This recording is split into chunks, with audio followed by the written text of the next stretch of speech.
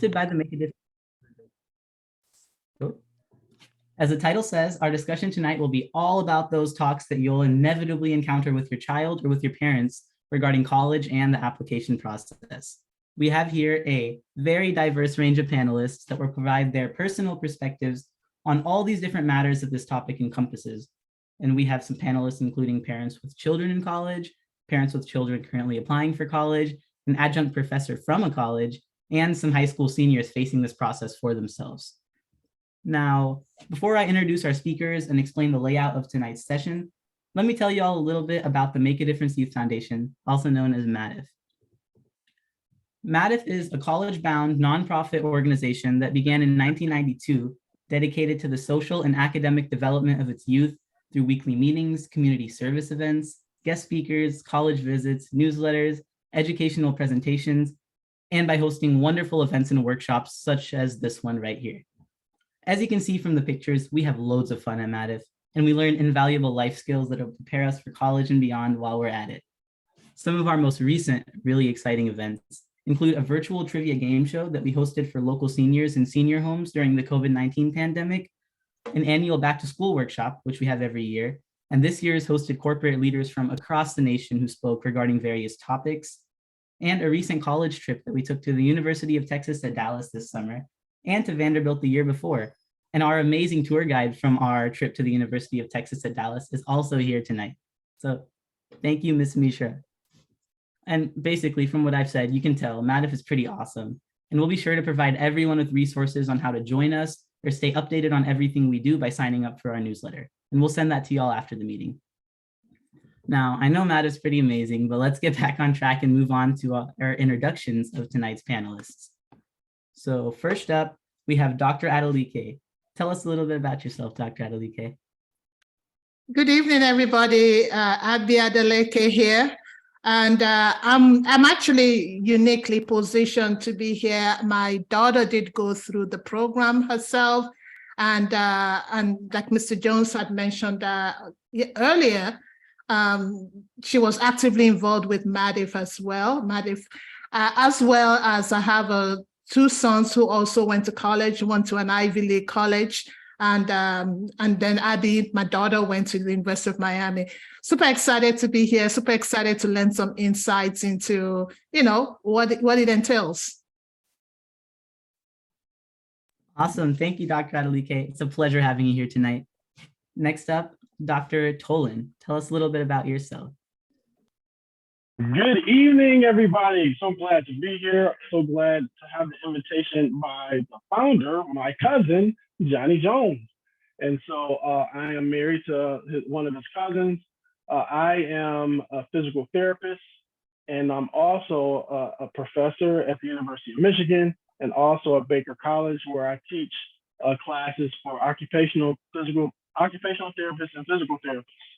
So tonight, I'll bring a unique perspective as I have a son, my oldest son, graduated from HBCU, and he's currently in grad school at the University of Michigan.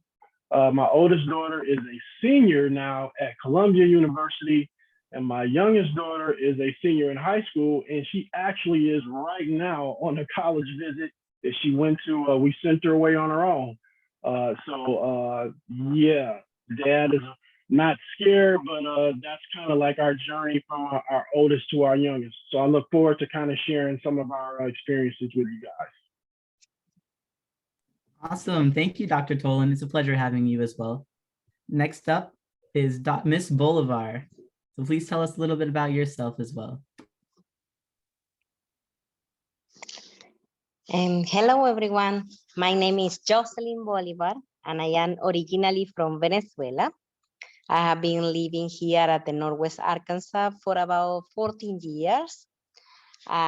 Moved to the United States, working on the technology, on the oil company, and then later retail. I have 3 kids. One of them is the med school. My daughter Karime, who was part of the MADYF. Also, I have Albert studying chemical engineering at the U of A. And then my baby, Carl, who is here in this panel. I am passionate about coding. I love to do coding. I love people. I love education. And then my main goal is always encourage others that it doesn't matter your background from where you are coming. I know it is possible.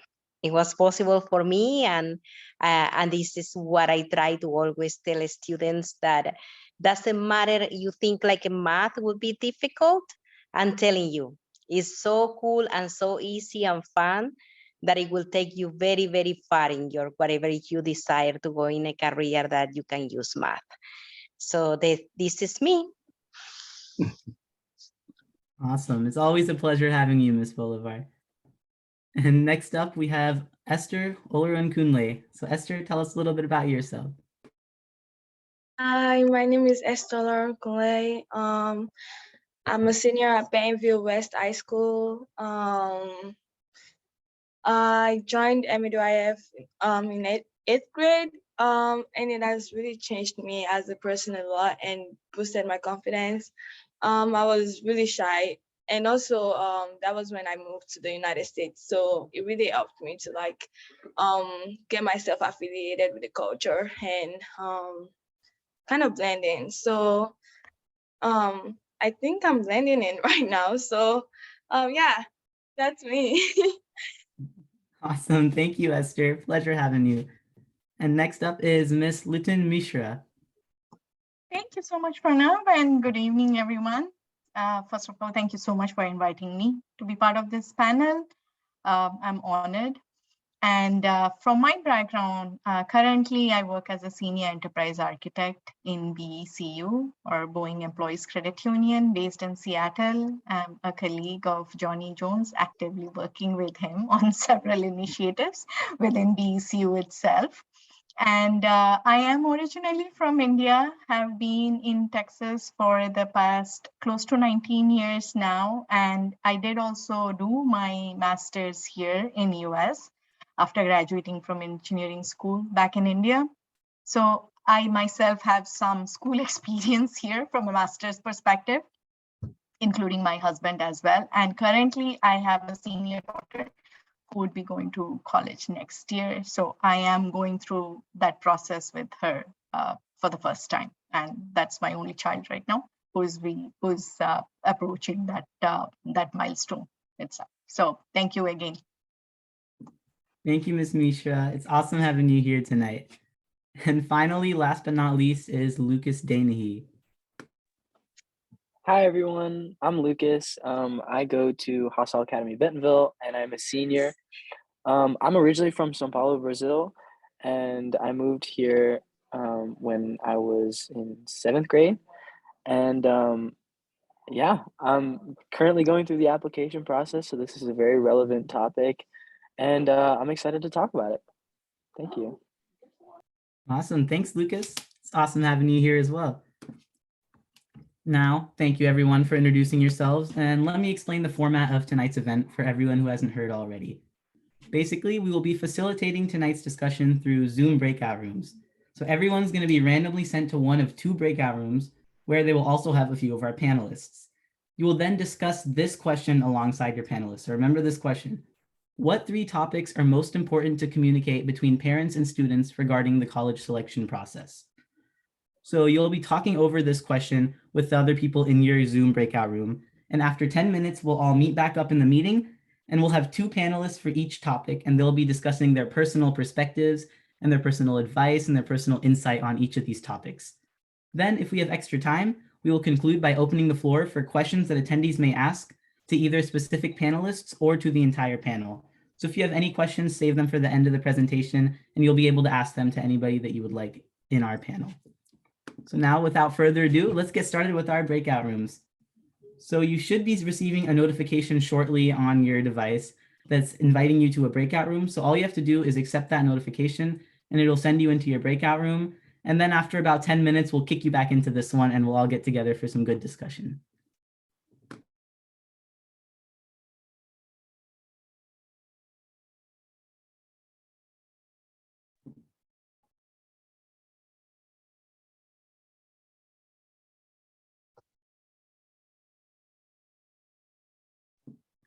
Okay, is the room opening for everybody? Not for me yet, unless Haven't I see- received anything yet, Pranav. I see 25 people, but no room.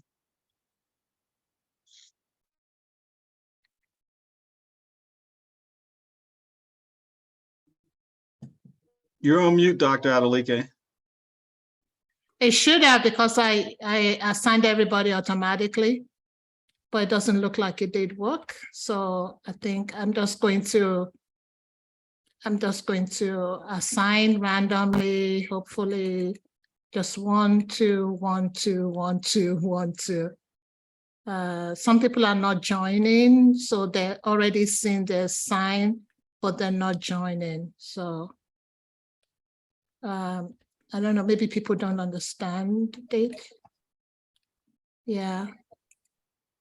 Everybody has been assigned randomly, but they're not joining. So Can you do a force, just force everybody into a room? I think they're moving now. Yep, think they they're- are. They're moving because we're down to moving, yeah. 14. Yeah, I think it was just slow in assigning, because I set it up to assign everybody to a room.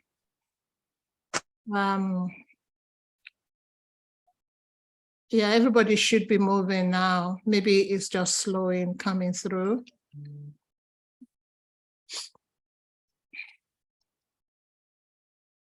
Yeah, we're down to 11, 10. Yeah, Yeah. people are slowly disappearing. 9. I think it's just I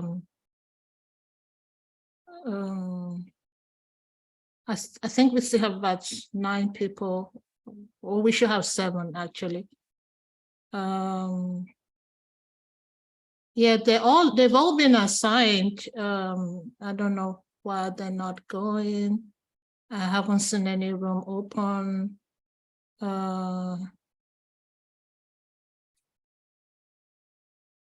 Somebody else just left. Okay, somebody just joined. Some other people are joining. We're just at this point just randomly assigning whoever is left. So the rooms might be lopsided, but somebody's not joining. I'm just randomly assigning at this point. Carl, I think you and I, Pranav, I think you and I are the only ones left. I saw Carl move to one of the rooms. Should I bring him back to the main session? Because I think he's going to stay with us as well. Yeah, you can bring him back to, I've just brought him back to the main session. So I think it's just you and I that are going to remain here. I think it should be you, myself, and Carl, right? And then Carl and I are going to try to get down these questions, and we'll just wait for everyone to come back. Yeah, so I'm going to try and broadcast a message to everybody. Three things, right? Three things that important, right? What are the 3 most important factors for student and parent communications about the college? So Pranav, you invited me to main session again? I sent you a direct message. Yeah, I think we're all gonna wait over here in the main session. Oh, okay. So let me just type that. Let me just copy that if I can. Copy and add it to the. Okay. All right. So I did broadcast that to everybody. I think I want to. I don't know how I can add. I don't know how I can add more minutes to the broadcast, because right now it's at 5:22 and it shouldn't be. They should still have about. Yeah, it's not letting me add time to it either. Yeah, it's not letting me add it either.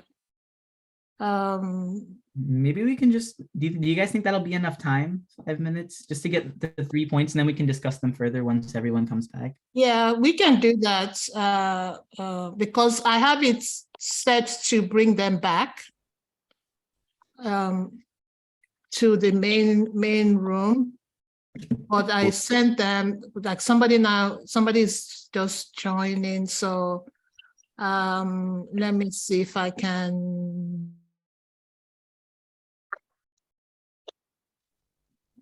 Adam, there you go. Hello. We invited you to one of the breakout rooms. It should be a notification. Okay. Okay, Pranav, what we can do is if they come back, you can ask them, hey, is that enough time, or do you guys have your three Yeah, I like things? that. Were you guys able to come up And- with 3 questions? Yeah. Honestly, I wonder how it's gonna go. Knowing that there's So somebody moved me into a room. a lot of people, I hope they're able to communicate. Oh no. I don't have I might have access to do accidentally that. done that when I was moving. I was trying to move that guy. I might have accidentally moved you. Yeah. I'll move you. Oh, it's saying that I can't move you now. Yeah, that's fine. I'm back here. But Okay. it says we have 3 minutes and 46 seconds. But Oh yeah, that's right now. Quick. I can't increase the number of minutes. What I was telling Pranav was that when they come back, he can ask them if they have their 3 topics. And if they don't, then we add more time. Like ask them if they need more time. Okay. Okay, it says ask if you want to end. You can continue in breakout rooms, but without a timer. So I think that we can continue without the timer, maybe. Like Oh, once that because you're timer. the host, so you probably are saying what I can see. Okay, just continue without a timer. When I looked it up online, it said that that's just a timer and that it should continue with unlimited time after that. But we have the option to close after that, but I'm not too sure if that's how it's going to work or not. Okay, we'll see. Hopefully, I didn't say to bring people back automatically. I don't think I set it up like that. So we can add, what time is it? 7:20. We shouldn't add more than by 7:30, even before 7:30. You probably want to assign, oh, you did already. Okay. Yeah. So I think because you're the host, you're seeing stuff I can see, so which is fine. Okay. And also, oh, there's a lot of people joining. I might actually let them know what we're doing before I add them into a room, just so they're not confused. So do we know how many participants there are? Seems We like a have lot. so far. It's like 20 something at this point, because about 4 people have joined. We were like 17. So I think we're about 20. I think we're shy, maybe about 25 now. Or some people randomly joined. Oh, I got some Eventbrite notifications at like 7:20. So those people are ordering like pretty last minute. Oh, 7:20? Like this Yeah. second? Oh, wow. I set it up so that it'd go to 8. So it looks like people are joining. Okay, so we have 25 participants now. There's a possibility that we'll go over 8 o'clock if it's okay by everybody. Yeah, I saw Carl put 8:30 on the actual event, so I'm hoping maybe people will go by that instead of our 8 o'clock. Okay, sounds good. We can put an extra 30 minutes because I wasn't sure that we were going to do it in an hour. Yeah, because we won't have enough time to, hopefully everybody has an opportunity to talk. Yeah, I was a little worried it'll be hard to coordinate with a lot of people, but hopefully they're figuring it out. Yeah, so in one room, there's 12 people. In the other room, there's 13 people. So I think you'll have to say as like a group message or like the conference message that they need to select a representative to give out their Are we going to be questions? Oh yeah, they have to elect somebody from their group. I was thinking should we just call on one of the adults, like one of the panelists, or should we just let them decide? I just said, let them, I just said they should select a rep to speak on their 3 points before they come back, when they come back to the main room. So hopefully we'll know in 10 seconds whether it's moving everybody back. Let's see. Or whether it's just letting people stay, which is our preference, but okay. Oh, we can keep them open. Perfect. Okay, let's do that. So let's give them 4 more minutes, 5 more minutes. No, that 5 will be too much now, because then it'll be more than 10. So we're going to give them 3 minutes. I'm going to send them a broadcast that they have 3 minutes. Cool.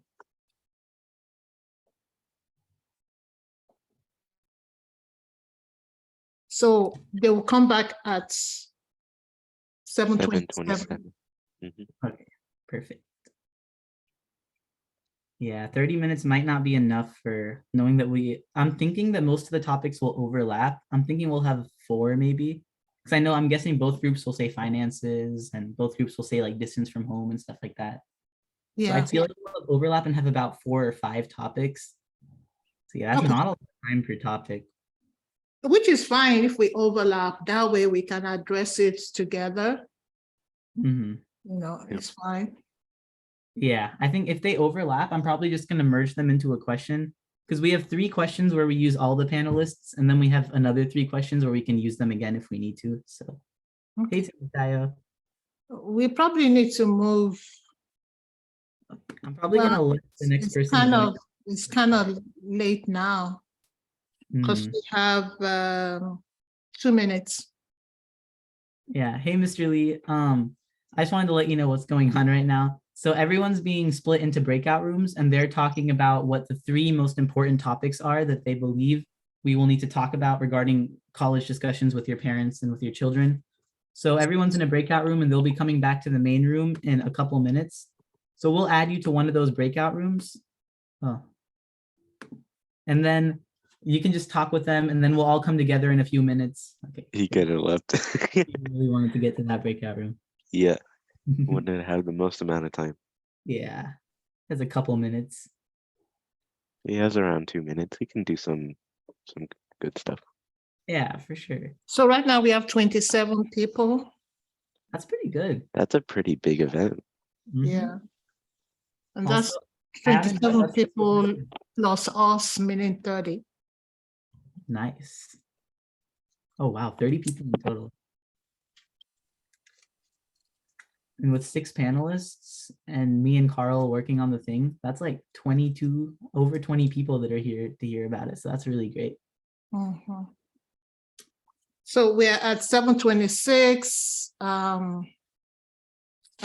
Please round. Also, Carl, on this one, do you want to add in the questions and then I present the screen for this one? I'll put the text boxes for them. Oh, Six. so you want me to add the questions and then you'll present the screen? Yeah. All right, so I'll add them directly. I already have put a text box above Okay. for each We one. can put in the questions once we get them, and then I'll present this. And if there's any overlapping questions, we'll just take them out. Yeah, cool.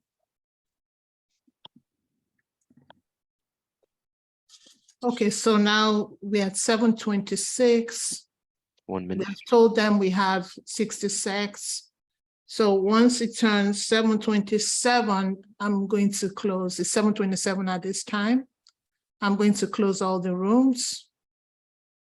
And I think they will be immediately returned. So are you ready to receive people now? Yep.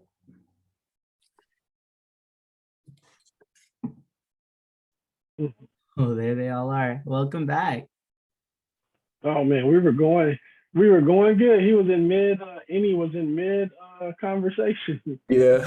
We also had That's a okay. question. That's okay though. That was good stuff. Okay. Do we have everybody back? Let me see. We have 27 people. And Perfect. also we have a question from my my breakout room saying, where would you start in terms of researching colleges? So you should send that to Carl. Yeah, so Oh. let us know your 3. So first we'll start with Esther's group. So is that group 1 or 2? I don't know what number Okay. we were. Well, let's start with Esther's group. So Esther, would you like to tell us the group 2? Awesome. So group 2, would you guys like to tell us what were the 3 main topics that you guys came up with that parents and students need to discuss regarding college selection and college admissions? Anyone like to represent group 2? We did not really come up with like main points. We just went straight into like this discussing. But yeah, okay. I think BV is that. Wait, let me see. I might be saying it wrong. Yeah, I think they got the summary of what we did discussed about like high school counselors and researching for colleges, like when do you start, when is the right time to start, and how do you spend your junior year. Do you like just go straight and immerse yourself into the academic process or like the research process, or do you use it for some other things? We also talked about the difference between the like Ms. Bolivar and Ms. Mishra. They are from different country, and how that different, that college application was different from them for like other, like for us that we're here, and how Ms. Mishra said she already knew what she was gonna do for college when she was applying, and while most students now don't really know what major they'll be majoring in. So something like that. And what we can do is we're going to frame this around what should the conversation be between the student and the parent more than what the process is. So what should the conversation be? And BM put some, I think for breakout room 1, BM put some ideas in there. So what we can do is Carl, take those out the chat and put those into 3 issues for us, and then give that to Pranav. And then Dr. Tolan, you can for group, I guess we were group 1, you can put 3, since you led that topic, that conversation, what were the 3 topics that you think we came to in group 1? Yep. So we had 2 parents give some effort or share or ask for, and a student, and Eni got caught midstream as he was going. So Eni, if I don't get it all the way right, then please feel free to add to what I'm gonna share. So one parent was expressing the importance of the foundation that's built in the family, making sure that as the child goes, that the foundation instilled by the parents was still there, and making sure basically that the work ethic is maintained. Another parent talked about the importance of stressing education with their child and pursuing their fields of interest. And then Annie brought up as I think he said he was a junior, understanding that as he's a junior and now he's transitioning to senior, and he's transitioning in that phase of being more responsible for the decision, right? And so how that affects him and what that looks like, going from being guided by your parents and then still having a communication open enough, but not forcing in the communication, not forcing the parent, not forcing their will essentially, and allowing the child to actually be more prominent in the decision making and how that communication and relationship is rolling out. I think I got that right.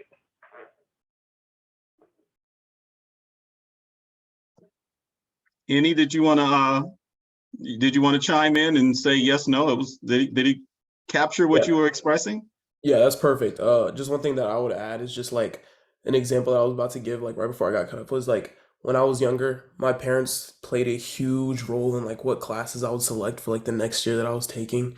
And like being in high school, being an upperclassman, like that's like completely my decision, because at this point I'm taking classes that are going to contribute to my career, and like classes that are going to help me in college, things that I can get started on early college credit for. So yeah.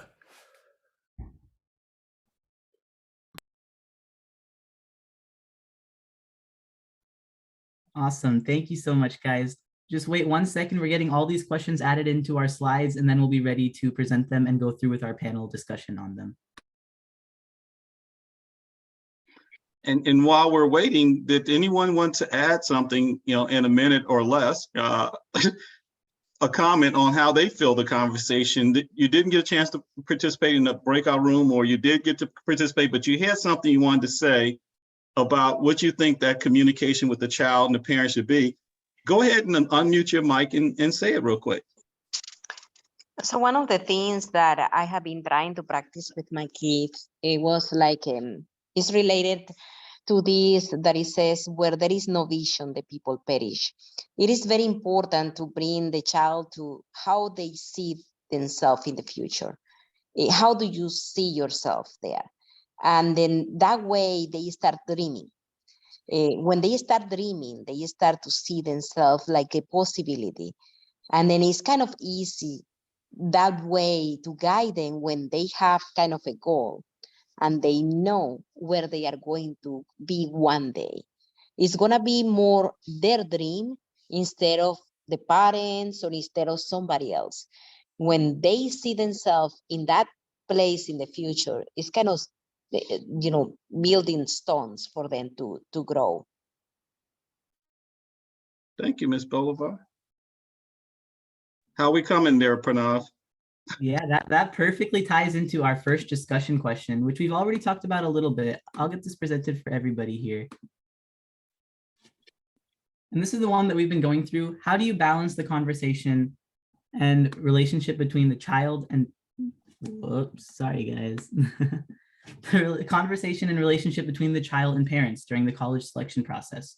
So this is about balancing that conversation and that perspective on what the child wants versus what the parents want. And we have 2 panelists selected at random for each topic that were predetermined. So for this one, we have put Mr. Danahy, Lucas Danahy, and Dr. Tolan. So feel free to talk about your perspectives on these guys and what you view on these topics. Okay, so I'll chime in first. The balance. So first, let me say again, I have 3 kids. So one kid that's finished with undergrad and he's in grad school, one kid that is about to graduate from undergrad, and one kid that is trying to get in college now. And so each of my kids were different. And so my communication and my conversation with each of them has always been different based on who that child is or who that child was at that particular time. And so as a parent, I felt that it was absolutely necessary for me to understand what my child wanted. And as Amy said, I always ask my kids, it can change, but like what they wanted to do, where they see them, where they saw themselves. And so if you give me that, telling me what you want to do in that image, then it's my job to help navigate and guide you there. And as we do that, though, I'm always constantly allowing them to be themselves, have open relationship with them, but always reminding them too of the things that they've said. And so me, in regards to what my child wants versus what the parent wants, I would say, so I'm the first real graduate in my family. And so, but my dad was a basketball player, a phenomenal basketball player. He played in college. And so because of his circumstances, he tried to make me a basketball player. And I remember the stress of that. I love basketball, but I hated basketball when I was with him because he tried to make me what he was and what he envisioned. And so I just tried to make sure that I never did that with my kids. If my kid didn't want to go to college, then, if they were going to be a janitor, I was going to ensure that they was the best janitor that they would be. So always having that line of communication with my kids. And if they told me what they wanted, then it was my job to help them get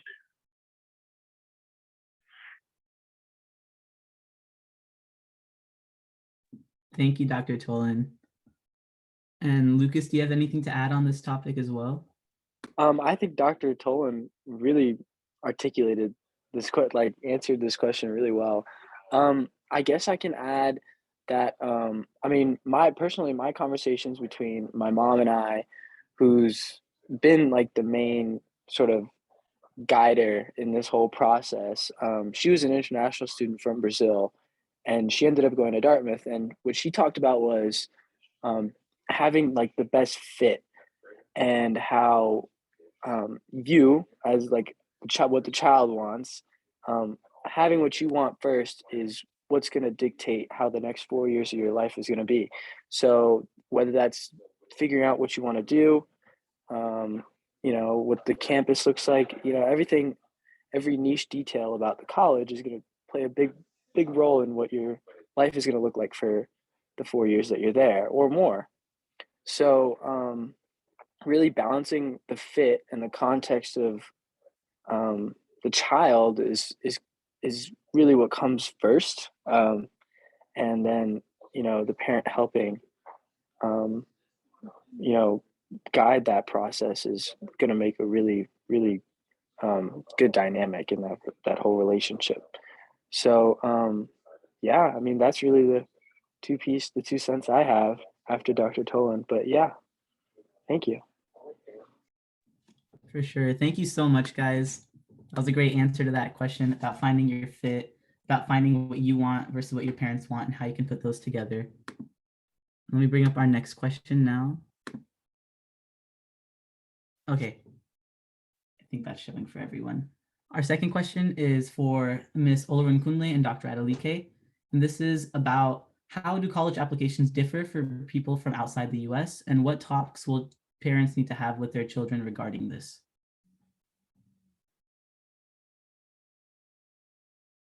Esther, you can go first. Okay. The process of it. Okay, so before moving to the United States, I was already in high school or secondary school in Nigeria. And so I've seen my seniors, the way they prepare for colleges. It's more of exam taking. Like your score really determines where you go to school. So if you don't make the right score, you probably won't get to school early. And even here, when you take the ACT, you can, even if you have a bad score, you can still go to college. But in Nigeria, if you take JAMB, it's called, and you get a bad score, you probably have a gap year, because the colleges might not really accept you, or you might have to change the major you're going into, because the major you're going into determines the score you get determines the major you get into. So I really saw that and I was scared personally. I was like, I don't know how I'm gonna do this JAM thing and stuff. What if I don't make it, and then would I have to stay home? And the whole plan changed when I moved to the United States, and I see how it's done here, and it's really different from Nigeria, where you have to where your test score really affects where you go to school. Here your test scores affect more of your scholarships and stuff, but even if you don't have a good test score, you can still get into a college year. So here it's you have to decide yourself if oh, I need to get this, I need to get a good score for this scholarship and stuff, not I need to get a good score to go to school, to go to college. I mean, you need a good score to go to a good college, but you're still gonna go to a college if you want to, if you don't even have a good score. So that's the difference. And my parents, my dad went to he went to college here, so he kind of have an experience of college applications here, so he understands almost the steps I'm taking to apply to college. And we didn't really have any clash in that area. My mom is really accepting, so she's like, oh, so that's how they do it. And yeah, as long as I know what I'm doing, and my dad is also there, so she really trusts that my dad knows that can guide me in the right way. So we didn't really have any clash in the discussion regarding this.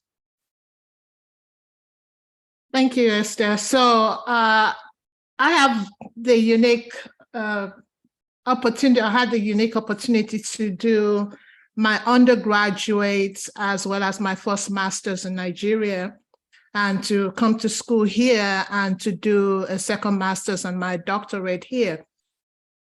And I have to say it's very different. It's different in the sense that you have to plan ahead. And I think because I had gone to college here before my kids were getting to the stage where they were going into college, when they were applying to college, it enabled me to be able to give them some input. And I count that as a privilege, because there are also a lot of homes where the child might be the first person in the family to go to college. I may not have that opportunity to know how to navigate the college application process. I would say from my experience, having had 3 adults now that have gone through college, is you need to start early. The one thing I learned from my daughter, who is the last to go to college, was that she had a spreadsheet for the schools that offered the courses that she was considering. She had that spreadsheet, and she decided as early as, to answer your question, Becky, as early as junior year, as early as the beginning of junior year, she decided she had that spreadsheet outlined as to the schools, and did the research. Google is your friend. She did the research on the ranking of each of the schools pertaining to her major. And then she had a separate spreadsheet, which is another conversation in the application process that I believe students need to have with their parents, as to what is the total cost? What's the application cost for the Common App? Are there schools that you're applying to that are not part of that Common App? And also, one other thing is also she had a separate spreadsheet as to the due dates of each application. When was each application due? When was each letter of recommendation? Because that's another thing that students sometimes fail to realize, that you're not the only one who is asking your advisor or your counselor for a letter of recommendation. So starting early so that you're not rushing was another thing. So she had a list of, this is due here, this is due here. She also, in that same second spreadsheet, she also had a list of what requirements. Is it one where I need to write an essay? Do I need to write a special essay? Is this one where I think I can get a scholarship? What kind of funding is available? What's the total cost? So it was very easy for us to look at the spreadsheet, both the one that she had in terms of her ranking, as well as the one that she had where she kind of just put everything down. So it was easy to compare apples to oranges without having any kind of emotions about it. See what it looks like. This is what's going to cost, because oftentimes we don't know, as parents, we don't know the total cost. And sometimes somebody mentioned in the chat, we're in love with the campus, but it might not necessarily be a campus that you can afford. It might not necessarily be a campus that the child will thrive in. So having that discussion with the student, as opposed to having a dictatorial saying, this is the way you must do it, this is where you must go, this is what you must study, because this is what we study, where we come from, I think it's going to make that process easier.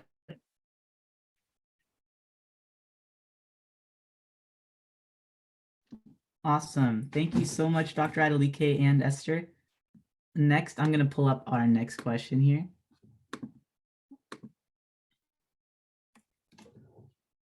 So this one is straying a little bit away from our focus on parent and student.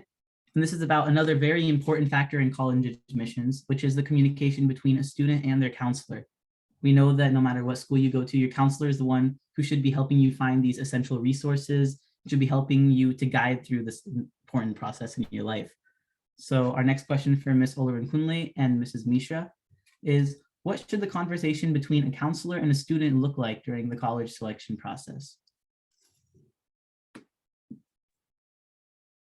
Esther, you want to go first? Oh, okay. Yeah. So in my school, I have 2 counselors. I have my guidance counselor, who is like the counselor assigned to you by your last name, and the college counselor. And my guidance counselor, we usually have a meeting called senior meeting. She calls you in, talk to you about like, oh, if you're graduating with honors, high honors and stuff like that. And during that meeting, you can ask her about like college applications, what you should look for, and scholarships. a thing that confuses me really about scholarship is, oh, if I apply to a scholarship in this school, can I transfer that scholarship from that school to another school?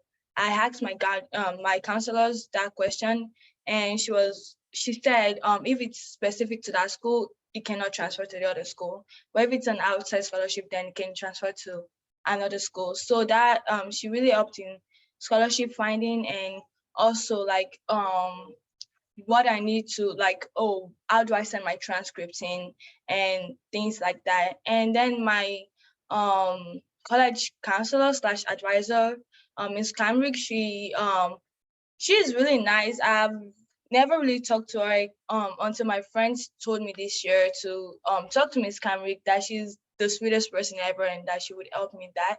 So I went to talk to her, and she scheduled a meeting with both of us and asked me, where am I in my college applications? What colleges am I applying to?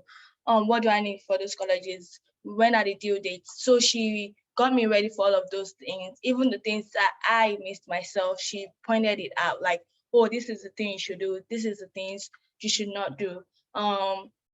She told me how to send my transcripts in easier without me having to like send a whole bunch of emails to like my school and telling them to send my transcript in.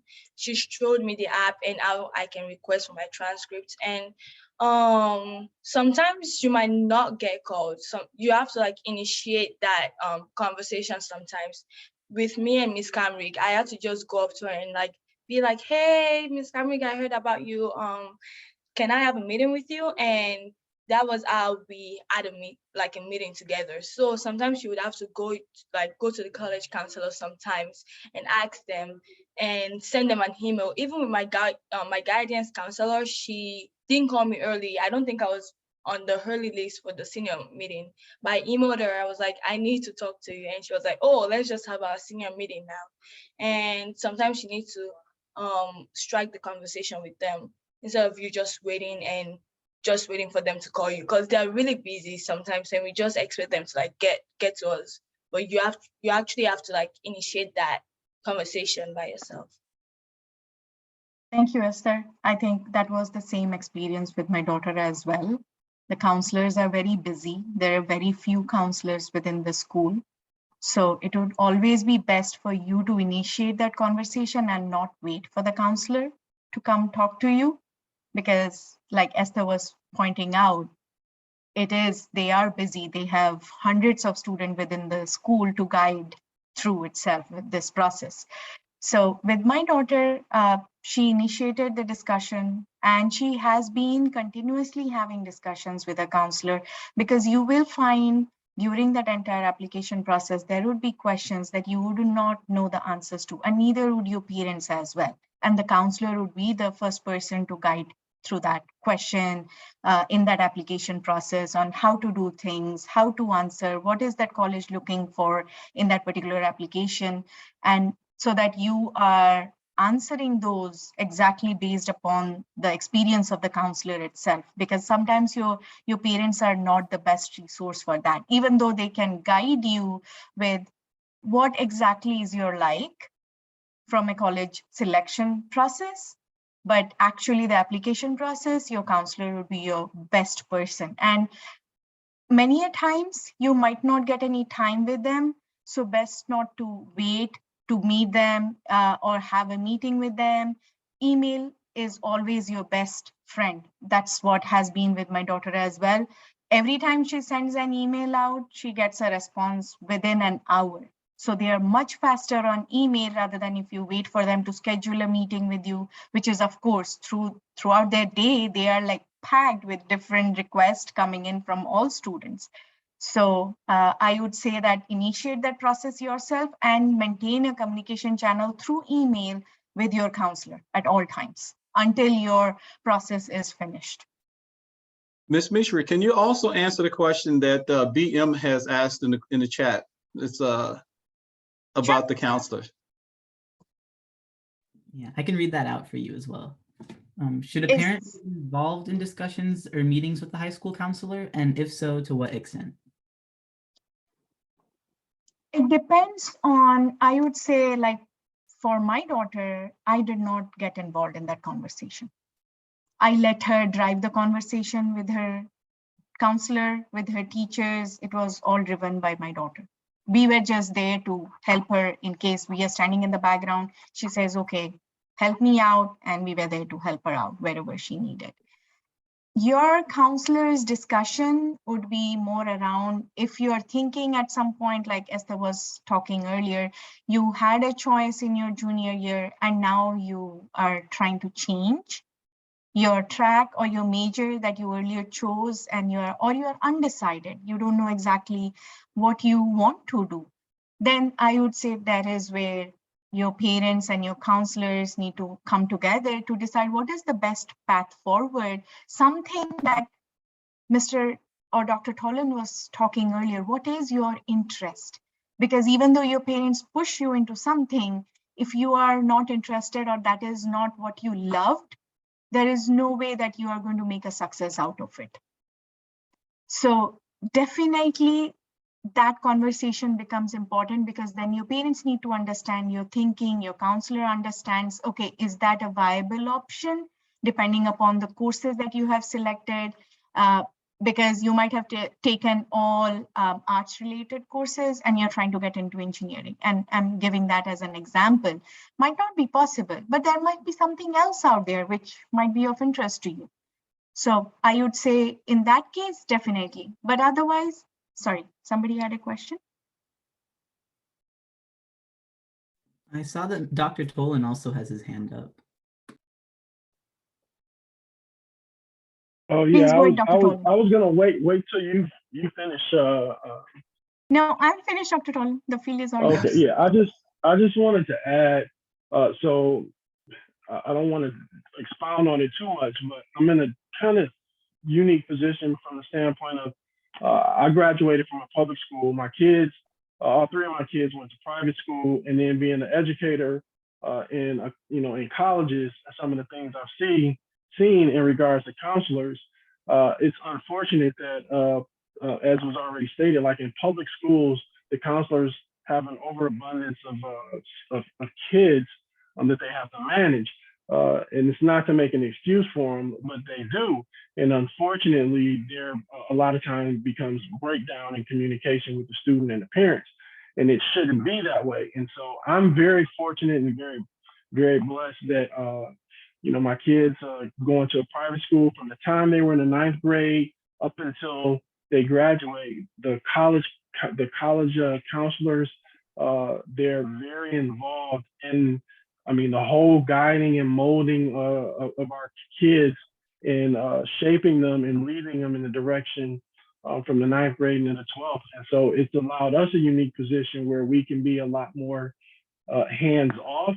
And it also helped in regards to our conversations with our kids and trusting the process, because we've been able to see it. And so we don't have to be, we make the counselors accountable, and the counselors make us as parents accountable, and literally doing exactly what is the focus or the goal of this. And it's allowing the child to be able to, make the decision that's best for them. So it's sad that in the public schools, that it's not that way, because it should be. And you have to do just like Dr. Adeleke said, like you got to be on them, you got to email them, you got to do those things, you got to advocate for yourself.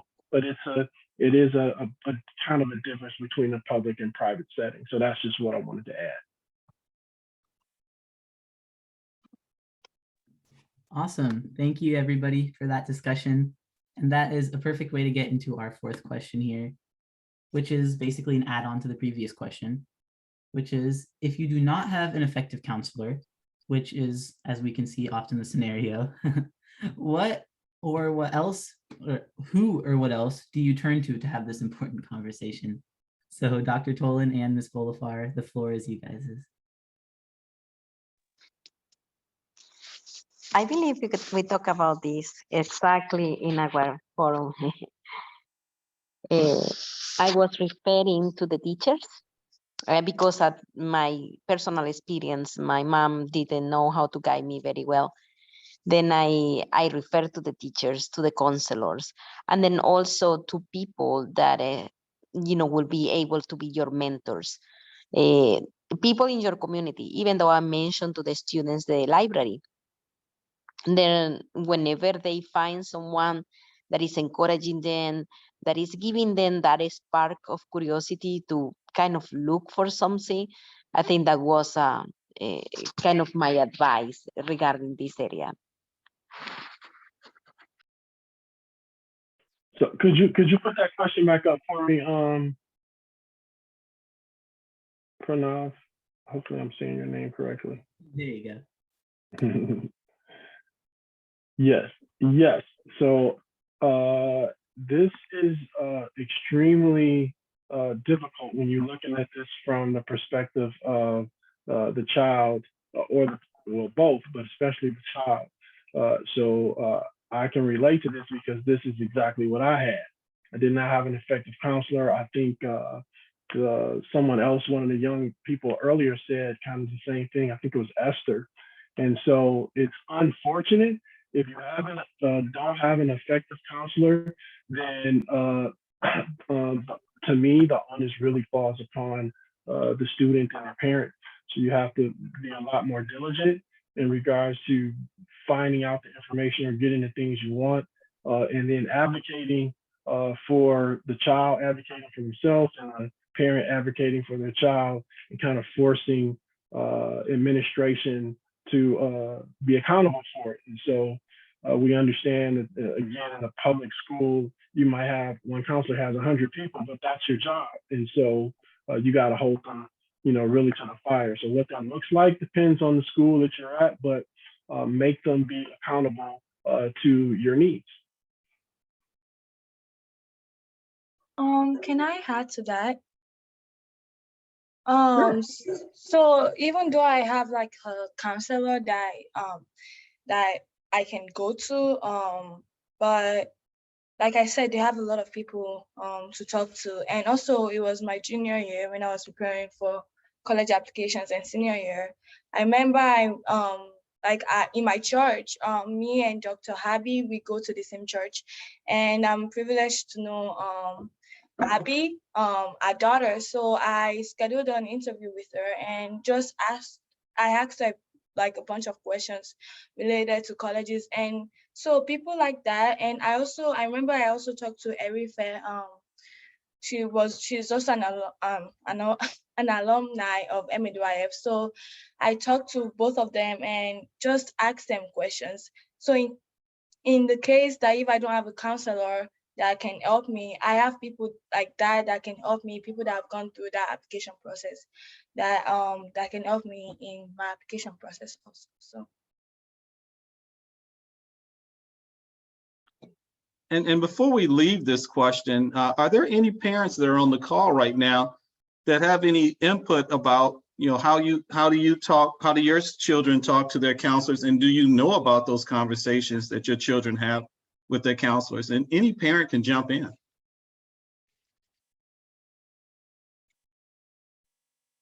I'll jump in. And I put something in the chat that we need to, as parents, we need to be actively engaged. It's not enough to say, well, did you go to school? Yeah, maybe because I used to teach, I used to be a professor in Nigeria. So it was easy for me to ask all those questions. It was annoying to the kids, but I needed to know exactly what happened in school, what happened, where's your assignment, everything. And I think we need to take a very active role in their lives as they navigate the high school years. And also, I think you also need to look at the needs of your child. So we have 3 kids, and one of them, we actually, outside of what the high school had provided, we got an outside counselor, an outside college counselor, the people who do it for paid, as a service, to help him navigate the choice of colleges, because it just seemed like he and the counselor just were not on the same page. And I think that can only come, you can only get to know that if you're actively involved in your child's education as they navigate the high school years. We also had our middle child went to boarding school. He went to boarding school in his junior and senior year of high school. He went to a math academy. And right there, they had the counselors there. And his experience was different from his older brother's experience, because they had like counselors that were assigned to kids into very, very smaller groups that were assigned to kids. But even with that, we still had concerns when he came home and he said he was only applying to one school, University of Pennsylvania, and he was going to apply and he was going to go early decision, and that was it. And as parents, you freak out because you're like, you're not thinking straight. What if you don't get in? But for some reason, he knew he was going to get in, and he did get in with 6% acceptance rates in that particular year. So I say that to say you have to ask questions. You have to find out where they are in the process, where they need help. If they're coming back to you and they're giving you feedback that they're not getting through to their counselor, then maybe you proactively as a parent need to show up in the school and have those conversations with the teachers and with the school administration. I think as Dr. Tolan said earlier, it's important. The bottom line is, as parents, we need to be actively involved. Even sometimes the kids say bug off, but you just need to make it your business to make sure that they get to where they need to get to. And one of the parents, BT, I mean, was it B, or I see the initials BT, BM. brought up BM. BM. Okay, brought up a very good point that sometimes the students don't tell them about those communications with the counselors. So that's an interesting point, because you really don't know if they're having those conversations or not. So some of the parents that have had those children go through the process, how did you guys engage your child to get you involved with a knowledge frame of what are those conversations they're having with the counselors, or are they having them at all? Because Dr. Adeleke, you did bring up the point of maybe you just have to go up to the school and find out what's going on. But how do you get your child to engage in that conversation of, this is what my counselor said, or I'm not even able to talk to my counselor? How do you get your child to open up to you to that point, that degree, that you can find out from them without having to go to the school, although you may have to go anyway? But how do you get that communication line started with your child to find out what are those communications that are coming to the counselor? So then I believe this is very important for me to trying to get my child or my children to be engaged. I speak more about things that happen to me. When you open up yourself with your weaknesses, with your strength, with whatever it is, then the child gets motivated to kind of speak up about things that are going on with them as well. When you put yourself, when I was at that age, when this happens to me, when I have this failure, when I was frustrated with this subject, those kind of comments are very important for a child to know, oh, then my mom, she didn't have everything figured out.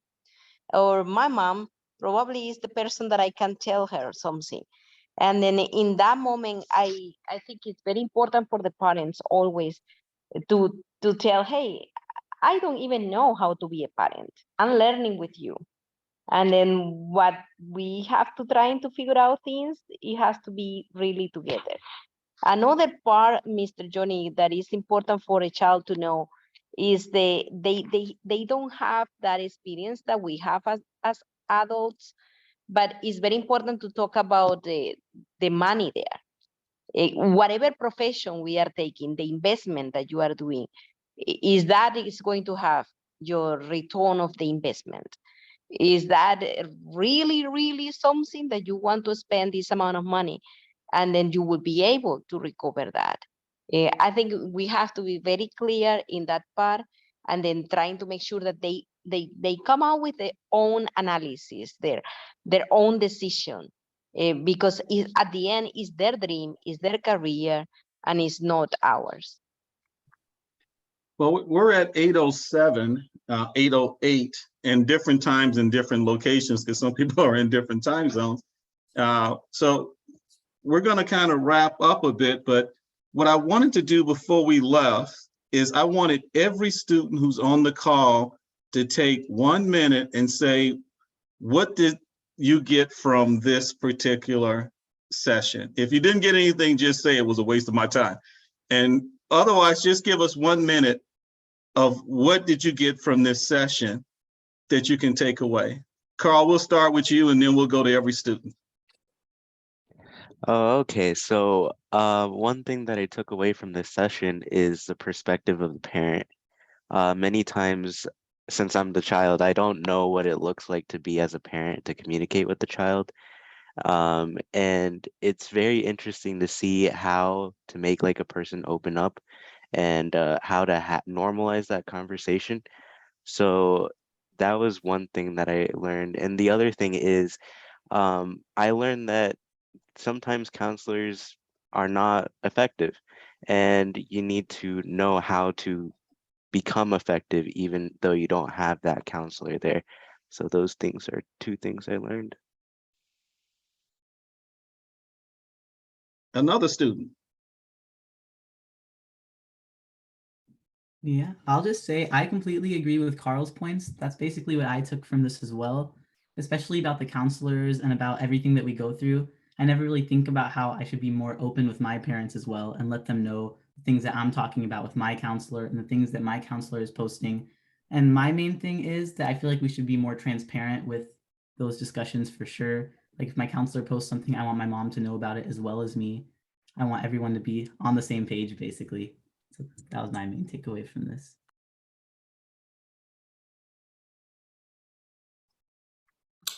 I guess I'll go next. Excuse me. One of my main takeaways was definitely communication with counselors. I feel like as a person, I struggle with trying to do everything myself and stuff like that. And even though like my parents could be included and some of my mentors outside of school are included, I just realized like I really haven't included my counselor at all when it comes to anything outside of choosing classes. So that's something that I need to do better on. Excellent. I'm gonna call some names out. Don't make me call your names out, Femi. I'm sorry, I called your name out. So go ahead, Femi. Okay, so what I gained about this is that I should definitely be more open to my counselor, because usually I just like stay back and try to figure a lot of things out by myself. But I feel like better communications with my counselor for advice would help me very much. And also about the parents thing, also to be more open with the parents. And that's what I gained from this lesson. I agree with Femi on that and everyone about communication. What I gained from this conversation overall was that both parents and students have a part to play in this process.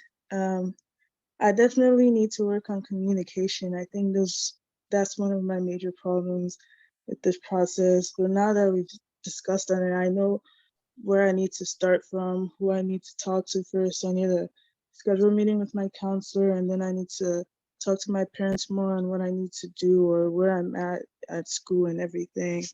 But yeah, that was my takeaway.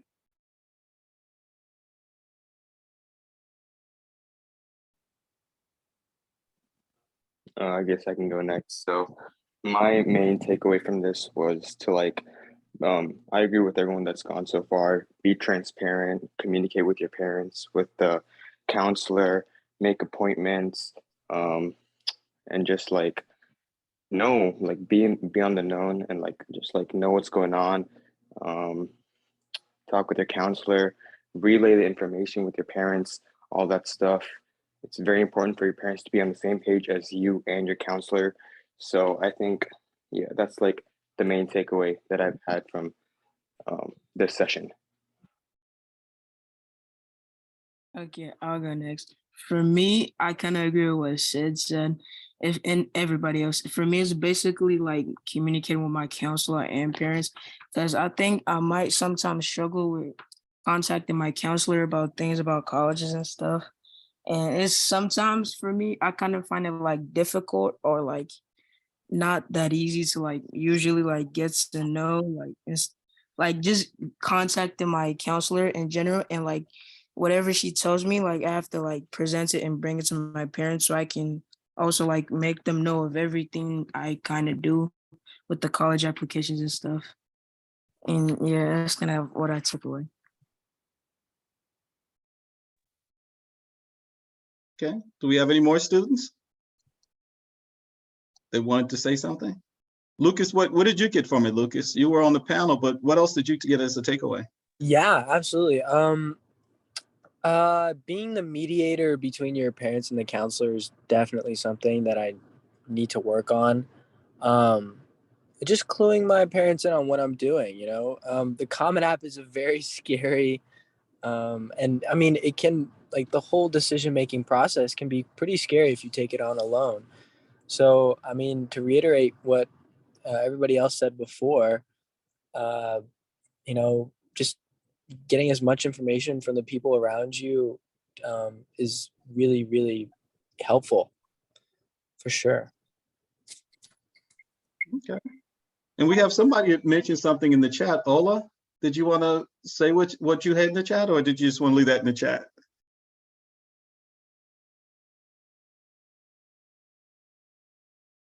Okay.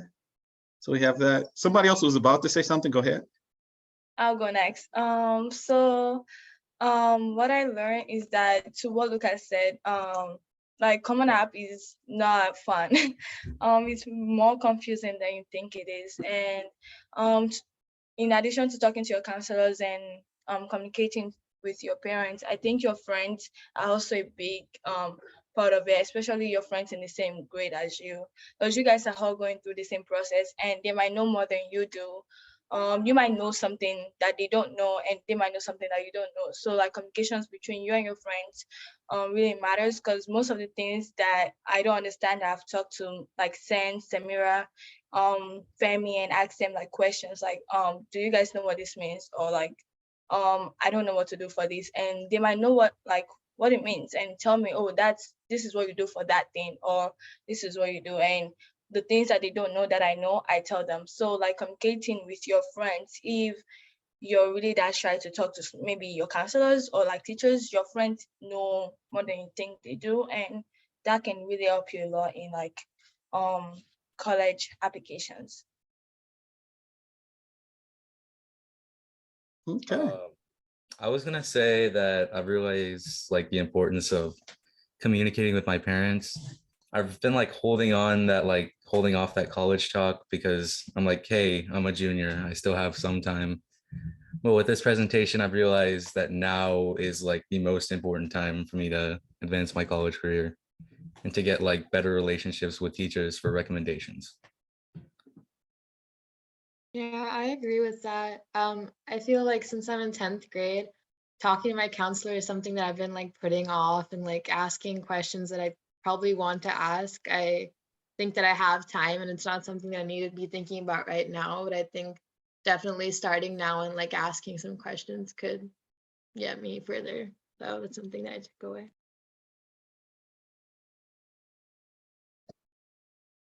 I'm glad that you guys really got something out of it, especially hearing the students say exactly, what they got out of this session made it all worthwhile. There was a parent, Becky. Becky, did you want to actually get on the mic and actually say something to us? I think I probably got it. Oh, okay, that's all right. But we got your comments in the chat though, so thank you so much. And before we close out, does anyone have anything they would like to add? In a quick minute or two, comment. Would you like to add something now before we have Pranav sign us off? Reedy, you popped up in the middle of the screen. I was wondering if you had something to say or no. I think Dr. Tolan has something to say. Okay, Dr. Tolan. Yes, I wanted to say this, especially because of the nature of the topic in regards to communication. I think it's important. I've mentioned this before. I'm gonna say it again. It's important, I think, for the parents on the call here and for the students, specifically with how I had to deal with my son And so my son told me what he wanted to go to college for, what he wanted to study. And because he told me what he wanted to study, what he wanted to go to college for, when it came to make his decision on college, he made a decision to go, he wanted to go to Michigan. And I had to force him to go to another college because Michigan, based on what he told me all throughout high school, what he wanted to do, did not suit his needs. So my point is as his parent, in that communication, like I felt like as a parent, because we've had communication, I had to protect him from himself. And so he told me what he wanted to do, and I had to keep him on that track. And so out of all the three of my children, he was the only one where I had like, no, you want to go here? No, you're going there because you told me you want to study this. And so in that transaction, right, he got to a point where in our breakout, we had a discussion on, you got to stick it out and things of that nature. And he got to the point where he didn't want to stick it out and he wanted to come home. And we gave him time and space. And again, reminded him, you told us you wanted to study this. This is the school that has this. And so if you don't want to finish it out, we'll let you, navigate somewhere else. But we're doing this not because we want you to go there. It's because you told us. So I'm saying this as students, your parents, you're telling your parents, if you're communicating and you're open with them and you're telling them what you want to study and what you want to do, you have to be prepared for that hard conversation when your parent is like, you told me you wanted to study engineering. This is the school, this is the place, this is the fit for you for engineering. Pranav wants you to go to Hawaii and Esther wants you to go to Hampton, but you told me you wanted to do this, and that's why I'm telling you this. And so you got to be ready for that answer, right, when you get it. So I think that was important in regards to the communication. That's something that some of the parents may need to hear, and definitely something that some of the young people need to hear. Thank you, Dr. Tolan. And I can echo your sentiments there because my son wanted to do engineering, and his initial place he wanted to go was because that's where his girlfriend was going. And I was like, no. I know she's going there, but she doesn't want to be an engineer, and they don't offer engineering there. And he's like, well, I can change my major. I'm like, no. She should not be determining what your major is and where you go to school. He was a little disappointed because that's not what he wanted to hear, but he's an engineer right now. So are they still going out, or did they stay together? No, they didn't even make it through high school. They didn't make it to graduation. So, but like you said, the whole thing is you have to have, once you're transparent with your parents, you have to remember they're not trying to force you to do anything. They're trying to work in your best interest. So, did we have any, and I think that pretty much wraps it up so that everybody, there's Dr. Alike. And then after Dr. Alike, we'll go ahead and wrap it up, Pranav. So Dr. Alike, go ahead. I just want to encourage parents and students to know that it's not an adversarial relationship. We're on the same team. We're working together we should be working together on the same team. And start the conversations really early. As parents, please show up at every PTA, ask questions, come back, ask clarifying questions. And even as they go into high school, keep asking those questions and keep being involved. And even when they go to college, keep being involved. Because guess what? Even though you're writing the check in college, if you don't have that relationship with them, you cannot see their grades. So keep being involved because they have to give permission for you to see their grades in college, even though you may be the one writing the check. But I think it's important, as everybody has echoed tonight, that we keep that relationship and know that we're all on the same team. We're all on the same team. And please continue to be your child's biggest cheerleader. Nobody else should be more than you are. Okay, thank you. Pranav, you want to wrap this up and close us out? Yeah, let's do it. So thank you so much to everyone who attended tonight's discussion. I know I certainly learned a lot of valuable information regarding college, and the level of transparency I need with my parents, sometimes a little more, sometimes a little less. And an especially huge thank you to our 6 panelists who gave this excellent insight and advice. And I really hope that everyone else benefited as much as I did from this discussion. So I'm going to close this up. And for everyone who signed up to our event, we'll be sure to send you links to our website, to some information about us, to how you can sign up for our newsletter, and how you can join us if you would like that as well. So again, huge thank you to everyone, and have a great evening. Thank you, everybody. Thank you. Thank you. Thank you. Thank you. Bye. Thank Thank you. Thank you. Thank you.